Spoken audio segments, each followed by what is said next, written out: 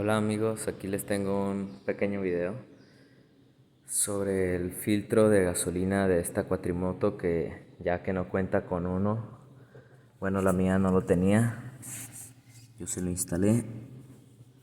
Es este, pues prácticamente es muy fácil la instalación.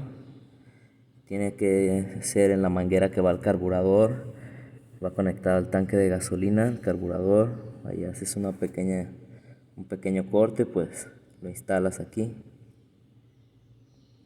ya que esta cuatrimoto pues no traía.